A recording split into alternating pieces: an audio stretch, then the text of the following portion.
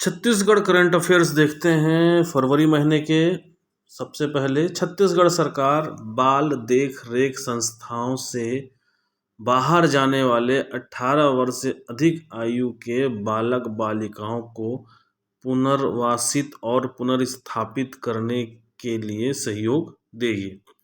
इस योजना का लाभ 21 वर्ष तक बालक बालिकाओं को मिले। ऐसे युवाओं के व्यावसायिक कौशल विकास की भी व्यवस्था हो, जिससे वे स्वरोजगार से जुड़कर आत्मनिर्भर बन सके। इस प्रकार की घोषणा जो है वो छत्तीसगढ़ सरकार के द्वारा की गई है।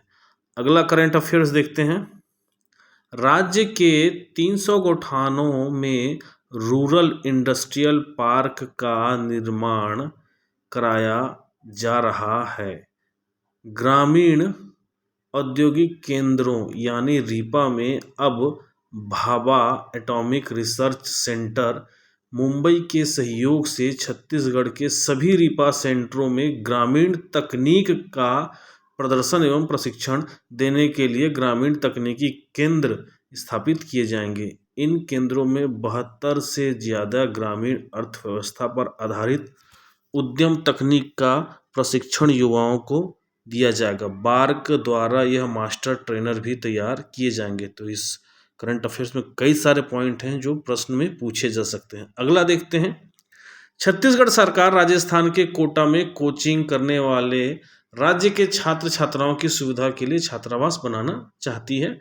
छात्रावास हेतु निःशुल्क भूखंड आवंटित करने का आग्रह किया गया है।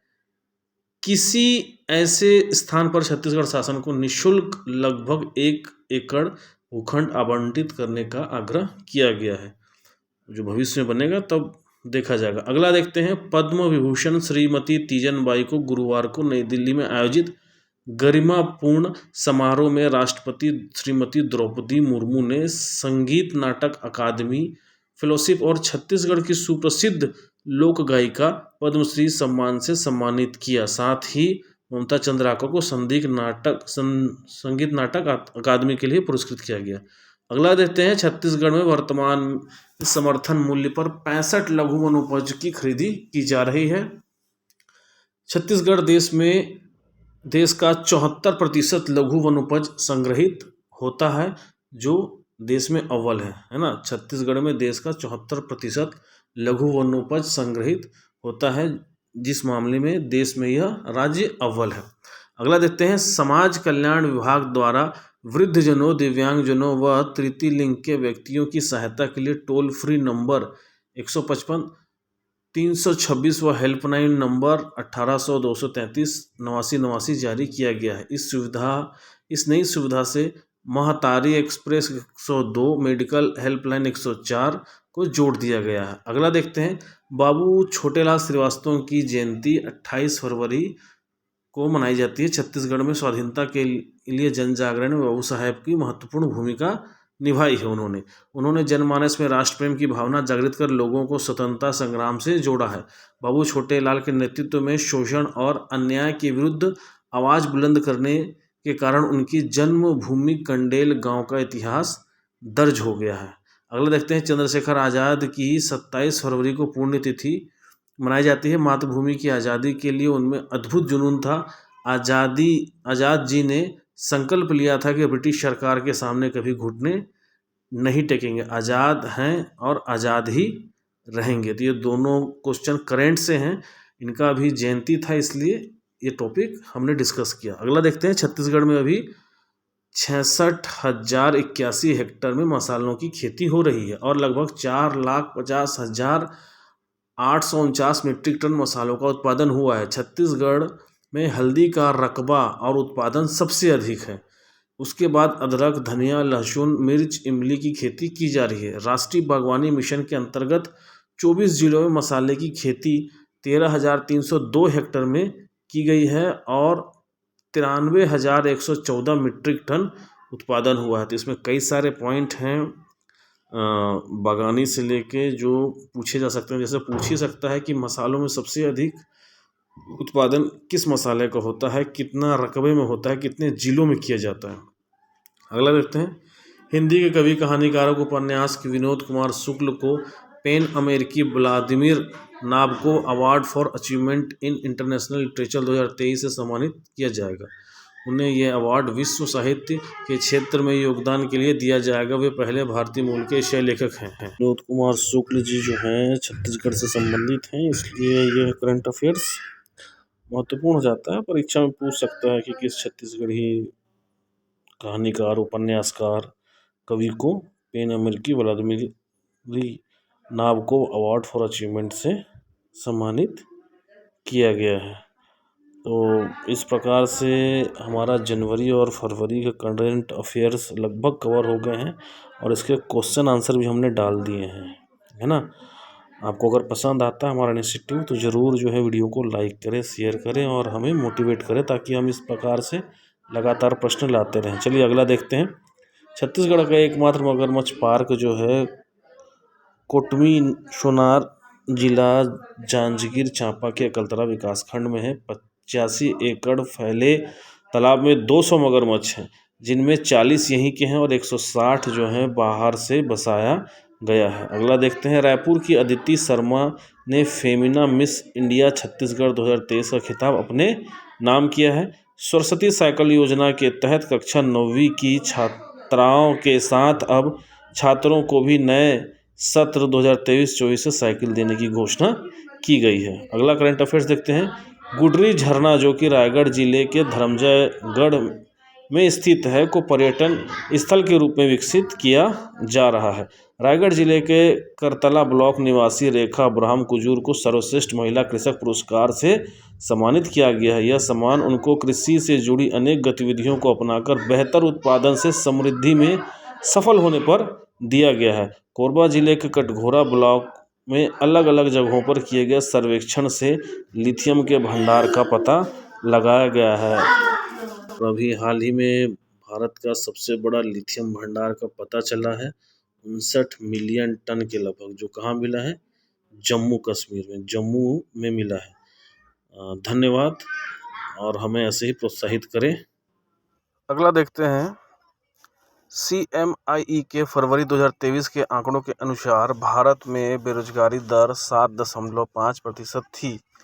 यह दर राज्यों में सबसे अधिक हरियाणा में, जहां इसका दर 29.4% रहा। वहीं सबसे कम दर राज्यों में छत्तीसगढ़ में दर्ज किया गया, जहां पर बेरोजगारी दर 0.8% थी।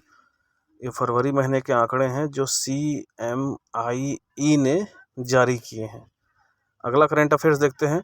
मुख्यमंत्री भूपेश बघेल ने सोलो साइकिलिस्ट सुश्री आशा मालवीय से सौजन्य मुलाकात की। वे महिला सुरक्षा और सशक्तिकरण के संदेश लेकर संपूर्ण भारत की सफल यात्रा पर निकली हैं। सुश्री आशा मध्य प्रदेश के राजगढ़ जिले में ग्राम नाटाराम से हैं। अभी तक वे 9 राज्यों में 9,600 किलोमीटर की दूरी तय कर चुकी हैं। छत्तीसगढ़ 10वां राज्य है जहां पर वो अपनी यात्रा को जारी रख रही हैं। भारत के 28 राज्यों में लगभग 25,000 किलोमीटर की यात्रा करेंगी। तो ये उतना महत्वपूर्ण नहीं है, पर अपने को करंट अपडेट रखना है, इसलिए मैंने इस पॉइंट को इसमें डाल दिया। अगला देखते हैं। वर्ष 2022-23 के मुख्य बजट में 1,04,000 करोड़ रुपए का प्रावधान किया गया था। प्रथम अनुपूरक में 2,904 करोड़ रुपए, द्वितीय अनुपूरक में 4,338 करोड़ रुपए का प्रावधान रखा गया था। तृतीय अनुपूरक की राशि 4,144 करोड़ रुपए का प्रावधान रखा गया है। तृतीय अनुपूरक अभी लिया गया है ना, जिसमें 4,144 करोड़ रुपए प्रावधान में रखा गया था। अच्छा, अब मुख्य बजट का आकार बढ़कर कितना हो गया है, 1,15,385 करोड़ रुपए। तो 2022-23 का जो बजट था, जो बजट पेश किया गया था, वो कितना था, 1,04,000 करोड़ रुपए का उसमें प्रावधान किया गया है। 3 बार अनुपूरक बजट लिया गया है। जो तीसरा अनुपूरक बजट अभी लिया गया है 4,144 करोड़ का। इसके बाद यह बजट हो जाता है 1,15,385 करोड़ का हो जाता है। अगला देखते हैं। स्वास्थ्य विभाग हमर अस्पताल और हमर लैब के बाद अब हमर क्लिनिक के माध्यम से रायपुर वासियों के स्वास्थ्य सुविधाओं में इजाफा करने जा रहा है। राष्ट्रीय स्वास्थ्य मिशन के सहयोग से रायपुर के 52 शहरी स्वास्थ्य केंद्रों का हमर क्लिनिक के रूप में उन्नयन किया जा रहा है। प्रदेश भर के विभिन्न नगरीय निकायों जिनमें नगर निगम, नगर पालिका और नगर पंचायत शामिल हैं में 182 हमर क्लिनिक शुरू किए जा रहे हैं। हमर क्लिनिकों में मरीजों के लिए 70 तरह की दवाइयों की व्यवस्था की जा रही है। मतलब ये समझ जाइए कि एक नई योजना जो है हमर क्लिनिक योजना वो लागू होने वाली है। 182 हमर क्लिनिक योजना शुरू किए जाएंगे और यह शहरी क्षेत्रों में शुरू किए जाएंगे। ग्रामीण क्षेत्रों में चल रहा है ऑलरेडी, है ना। तो ये जो है महत्वपूर्ण है, पूछा जा सकता है। हमर क्लिनिकों के तरफ से प्रश्न आ सकते हैं। अगला देखते हैं।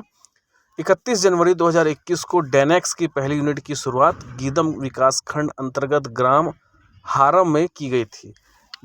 दंतेवाड़ा जिले के हारम के बाद अब कटे कल्याण, छिंदनार, बारसूर, कारली में डेनेक्स की कुल 5 यूनिट स्थापित की जा रही है। डेनेक्स जो है छत्तीसगढ़ सरकार का एक ब्रांड के रूप में विख्यात हो गई है, याद रखेंगे।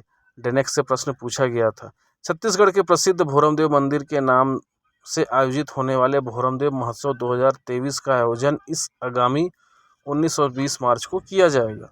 27वां भोरमदेव महोत्सव होगा यह वाला। छत्तीसगढ़ के ऐतिहासिक, पुरातात्विक, धार्मिक, पर्यटन और ऐतिहासिक महत्व के स्थल भोरमदेव मंदिर की ख्याति को बढ़ाने के लिए प्रति वर्ष महोत्सव का आयोजन किया जाता है। तो कौन सा कड़ी का महोत्सव है ये महत्वपूर्ण नहीं है, भोरमदेव महोत्सव का आयोजन किया जाता है यह महत्वपूर्ण है। अगला देखते हैं। संत कवि श्री पवन दीवान के नाम से कविता लेखन के क्षेत्र में राज्य अलंकरण पुरस्कार प्रदान करने की घोषणा की गई है मुख्यमंत्री जी के द्वारा। यह पुरस्कार आगामी राज्य अलंकरण समारोह में प्रतिवर्ष प्रदान किए जाएंगे। पद्मश्री डॉक्टर सुरेंद्र दुबे को विप्र कुल गौरव शिखर सम्मान 2023 से नवाजा गया है। इसी तरह अरुण कुमार निगम को तथा श्री काशीपुरी कुंदन को संत कवि पवन दीवान स्मृति अस्मिता सम्मान से पुरस्कृत किया गया है। प्रत्येक को पुरस्कार के स्वरूप 21-21 हज़ार रुपये से सम्मानित किया गया है। तो एक नया अलंकरण जो है वो शुरू हो रहा है, किसके नाम से? संत कवि श्री पवन दीवान के नाम से। किस क्षेत्र में दिया जाएगा? कविता लेखन के क्षेत्र में दिया जाएगा। राज्य अलंकरण पुरस्कार प्रतिवर्ष प्रदान किया जाएगा, यह है ना। तो एक नया अलंकरण जो है जुड़ गया है। अगला देखते हैं। छत्तीसगढ़ के विशेष संरक्षित जनजातियों पर डॉक्टर सत्यजीत साहू द्वारा लिखित यात्रा शीर्षक से प्रकाशित पुस्तिका का विमोचन मुख्यमंत्री के द्वारा किया गया है। छत्तीसगढ़ में निवासरत विशेष पिछड़ी जनजातियों के संकेंद्रण, उनकी जीवन शैली, रहन सहन और खान पान का उल्लेख इस पुस्तक में किया गया है। तो पुस्तक का नाम है यात्रा, शीर्षक से पुस्तक का विमोचन किया गया है। किसने लिखा है? डॉक्टर सत्यजीत साहू ने। किनके ऊपर लिखा गया है? छत्तीसगढ़ में निवासरत विशेष पिछड़ी जनजातियों के संकेंद्रण, उनकी जीवन शैली और रहन सहन पर। महत्वपूर्ण है, पूछा जा सकता है। अगला देखते हैं।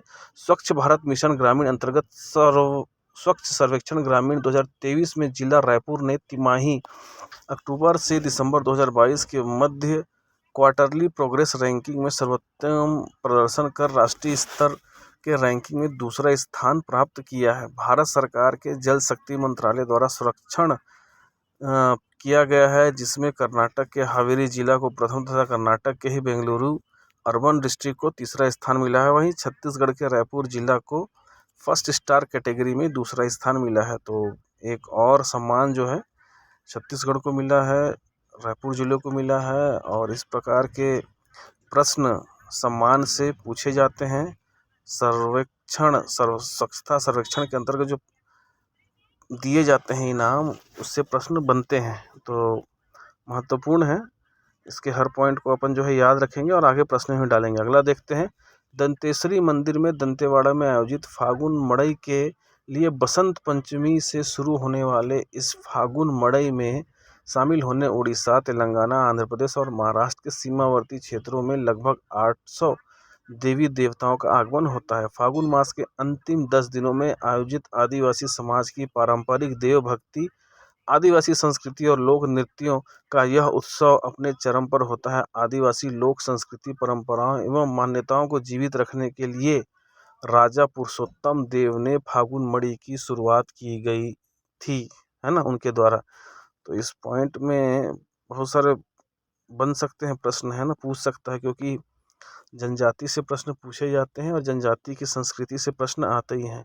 पूछ ही सकता है कि फागुन मणि की शुरुआत किसने की थी, तो किसने की थी? राजा पुरुषोत्तम देव ने की थी। अगला देखते हैं, प्रधानमंत्री ग्रामीण आवास योजना के तहत छत्तीसगढ़ में 8,44,000 आवास पूर्ण किए जा चुके हैं। इस योजना में राज्य के 11,76,150 आवासों के लक्ष्य के विरुद्ध 11,76,067 आवासों की स्वीकृति दी जा चुकी है, जो लक्ष्य का 99.99% है। आवासों के पूर्णता के प्रतिशत में छत्तीसगढ़, असम, गुजरात, केरल, महाराष्ट्र, उड़ीसा, पंजाब, तमिलनाडु, त्रिपुरा, उत्तराखंड, आंध्र प्रदेश तथा कर्नाटक राज्यों से बेहतर स्थिति में। छत्तीसगढ़ के लक्ष्य के 71.79% आवास पूर्ण किए जा चुके हैं। तो ये एक जवाब दे रहे थे मुख्यमंत्री जी विधानसभा में, उसका पॉइंट है। तो हमको अपने करंट में अपडेट रखना है इन सब चीज़ों को। अगला देखते हैं, राजधानी में चल रहे महिला मड़ई में दिखी महिलाओं की आर्थिक तरक्की की झलक।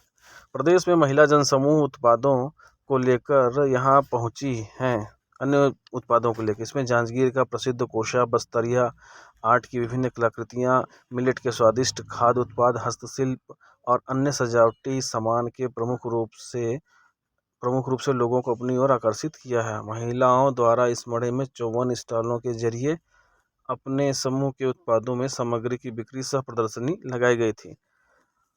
थोड़ा महत्वपूर्ण नहीं है, फिर भी हम इसको अपने वीडियो में शामिल इसलिए कर रहे हैं ताकि हम किसी भी टॉपिक को जो करंट से अपडेटेड हैं उसको छोड़े ना, ताकि आने वाले जो परीक्षा है, खासकर पीएससी 2023 में हम पूरी तरह से कंप्लीट रहें।